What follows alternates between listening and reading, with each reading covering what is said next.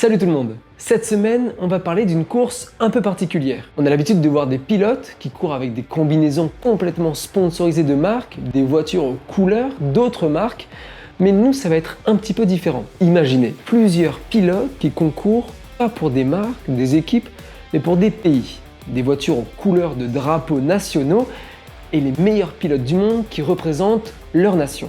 On va parler aujourd'hui de la course des champions. Depuis 1988, la course des champions permet à certains des meilleurs pilotes du monde de représenter leur nation sur la scène mondiale. Ici, juste des pays qui s'affrontent à la manière de grandes compétitions comme le football ou le rugby. Le concept de la course des champions est le suivant.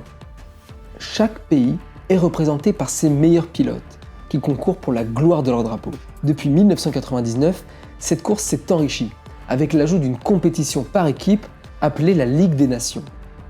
Cette fois, 2 pilotes par pays, souvent un pilote de Formule 1 et un pilote de rallye, unissent leurs forces pour remporter la victoire. Mais ce n'est pas tout. En 2019 encore, la FIA a voulu monter d'un niveau en ajoutant de nouvelles règles et de nouvelles compétitions. Les FIA Motorsport Games sont venus renforcer ce format avec encore plus de disciplines, de la GT Cup aux voitures de tourisme, en passant par la Formule Kart et même du drifting. Il y a de quoi mettre à l'épreuve des compétences de chaque pilote. Mais avant de nous y mettre, prenons un moment pour explorer quelques-unes des disciplines majeures des FIA Motorsport Games. Tout d'abord, il y a la GT Cup, les puissantes voitures de GT3 parmi les plus rapides du monde. Elles attirent les meilleurs pilotes. C'est une discipline pour les vrais pros de la course. Ensuite, il y a le Touring Car Cup. C'est des voitures de tourisme modifiées qui se battent roue contre roue. Ce format est ultra populaire en Europe et en Asie. On va continuer avec la Formule 4 Cup. C'est une étape essentielle pour les jeunes pilotes. Ces monoplaces sont moins puissantes que les Formule 1, mais elles offrent l'occasion parfaite de perfectionner ses compétences. C'est une véritable pépinière pour les futurs talents. Ensuite, on a la Drifting Cup. Ces dérapages contrôlés, du spectacle pur où chaque virage est une démonstration de maîtrise technique. Il y a aussi le Karting Slalom Cup. Les jeunes talents prennent les commandes. C'est un véritable tremplin pour la carrière de nombreux pilotes âgés de moins de 16 ans. Et enfin, il y a la Rally 2 Cup. Ce sont des voitures surpuissantes évoluant sur des terrains mixtes, mêlant routes asphaltées et chemins en gravier. C'est donc une épreuve qui pousse les pilotes à leurs limites. En plus de toutes ces catégories qui viennent remplir un week-end complet, n'oublions pas l'aspect digital. En effet, il a été ajouté à toutes ces compétitions l'eSport Cup. La course s'invite dans un monde virtuel. Les pilotes de sim racing s'affrontent sur des simulateurs hyper réalistes, ajoutant une dimension technologique à cette compétition. Mais alors, comment tout ça se passe ? C'est une compétition qui se déroule sur plusieurs jours, avec, comme dans quasiment toutes les compétitions automobiles, des qualifications, des manches et des finales. Chaque discipline compte et chaque victoire rapporte des points pour sa nation. Le système est simple. Chaque nation accumule des points en fonction des performances de ses pilotes dans chaque discipline. L'équipe, à la fin, qui récolte le plus de points est couronnée championne des nations. Ce format multidiscipline permet à chaque pays de jouer sur ses points forts. Une nation peut dominer en karting et une autre en GT. Mais à la fin, c'est la performance collective qui compte. C'est un véritable test pour chaque équipe et même pour leur ego, chaque pilote. Et en les évoquant, parlons un peu d'eux, les pilotes et les équipes. On l'a dit, contrairement aux compétitions traditionnelles où les pilotes défendent des écuries ou des sponsors, ici, c'est avant tout l'honneur national qui est en jeu. Chaque pays aligne une équipe composée de pilotes issus de diverses disciplines du sport automobile. Et il n'y a rien de plus palpitant que de voir des compétiteurs se battre pour leur drapeau. Certaines rivalités sont intenses, surtout entre les nations historiquement dominantes dans le sport automobile, comme l'Allemagne, l'Italie, la France ou encore le Royaume-Uni. Mais ce qui est génial avec la Coupe des Nations, c'est qu'elle permet aussi à des pays moins représentés en F1 ou en WRC de se faire un nom sur la scène mondiale, avec des voitures équivalentes. Toutes les voitures ont le même niveau. C'est vraiment aux pilotes de faire la différence. La course des champions se déroule souvent sur des circuits prestigieux, et l'une des éditions les plus mémorables a même eu lieu en France, sur le circuit du Paul Ricard dans le sud. Le circuit doit être capable d'accueillir une multitude de disciplines, du drift au rallye en passant par la Formule 4. La compétition a parfois eu lieu dans des pays un peu plus particuliers. Par exemple, entre 2004 et 2006, la compétition avait déjà été accueillie en France.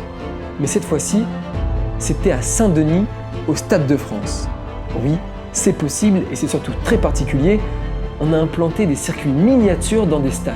Mais ce n'est pas seulement une question de course. En marge des compétitions, les fans peuvent aussi rencontrer les pilotes, admirer les expositions de voitures et assister à des démonstrations incroyables. C'est plus qu'une course vraiment. C'est un véritable festival du sport automobile mondial. La Coupe des Nations, c'est aussi une plateforme qui met en lumière des talents émergents et promeut la diversité des disciplines. Pour de jeunes pilotes, c'est la chance incroyable de pouvoir briller sur la scène internationale et de se faire repérer par des équipes professionnelles. Pour les fans, c'est l'occasion de découvrir de nouveaux sports, de nouvelles disciplines et de nouveaux pilotes qui les feront rêver le temps d'un week-end et qu'ils pourront reconnaître tout au long de la saison dans des disciplines qu'ils connaissaient moins avant. Du côté des équipes, la réglementation permet une certaine flexibilité. Les équipes techniques n'ont pas besoin d'être de la même nationalité que les pilotes, par exemple. C'est un élément très important à prendre en compte. Des écuries comme AF Corse, Rinaldi Racing ou F-Bert Motorsport peuvent gérer plusieurs voitures, chacune représentant une nation différente. Un vrai melting pot de talents techniques et mécaniques. Et bien sûr, pour aider ces pays à briller, on a besoin de grands noms du sport automobile, rien que pour faire la communication. 7 marques prestigieuses s'affrontent souvent pour la victoire. Audi, Ferrari, Lamborghini, Nissan, Mercedes, McLaren et Porsche. Ces constructeurs cherchent tous à ajouter un nouveau trophée à leur collection déjà impressionnante. Depuis 1988, la course des champions a vu passer des légendes. Parmi les pilotes ayant remporté le plus de victoires, on retrouve les 2 Français Didier Auriol et Sébastien Loeb, ainsi que le Suédois Mattias Ekström, chacun avec 4 victoires. Quant à la compétition par équipe, c'est l'Allemagne qui domine largement avec 8 titres, dont 6 remportés par l'incroyable duo qu'on aurait rêvé de voir dans d'autres sports, Michael Schumacher et Sebastian Vettel. Tous les deux, c'est une domination impressionnante qui a marqué l'histoire de l'événement. Mais ce n'est pas tout.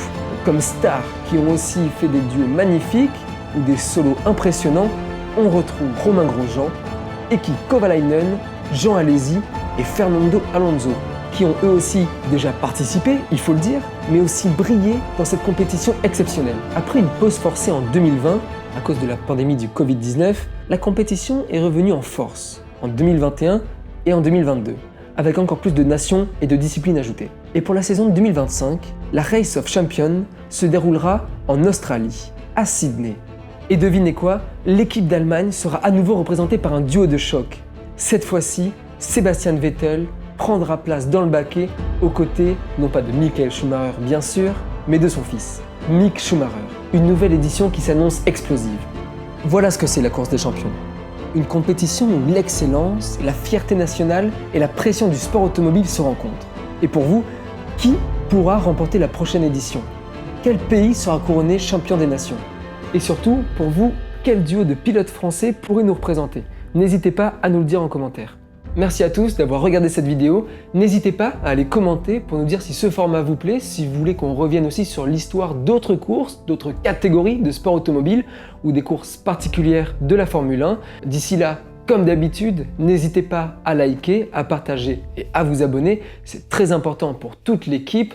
Et nous, on se dit à bientôt pour un prochain épisode. Salut, c'est Outlap.